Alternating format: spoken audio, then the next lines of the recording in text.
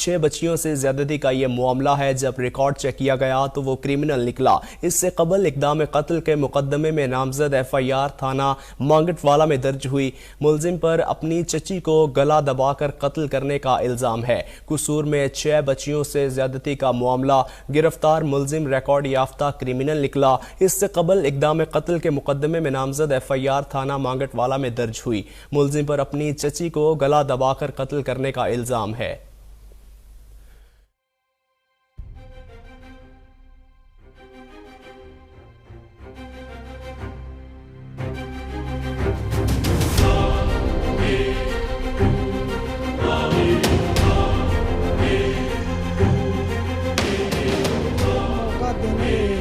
ज़िंदगी अपने आप को सुधारने का एक मौका दिए कि इंदा मैं इस तरह की हरकत नहीं करूँगा।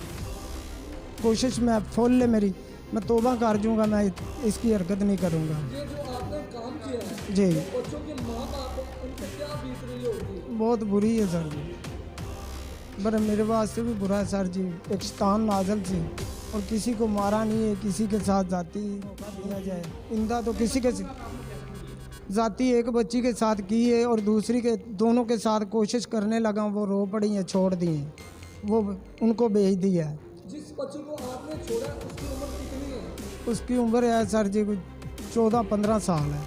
वो अपनी मर्जी से मेरे साथ भी गई। वतन अजीज के कोने कोने की हम उठाएंगे आवाज़ और देंगे साथ हर मजलूम का।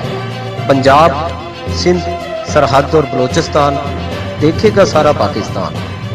Voice of Pakistan.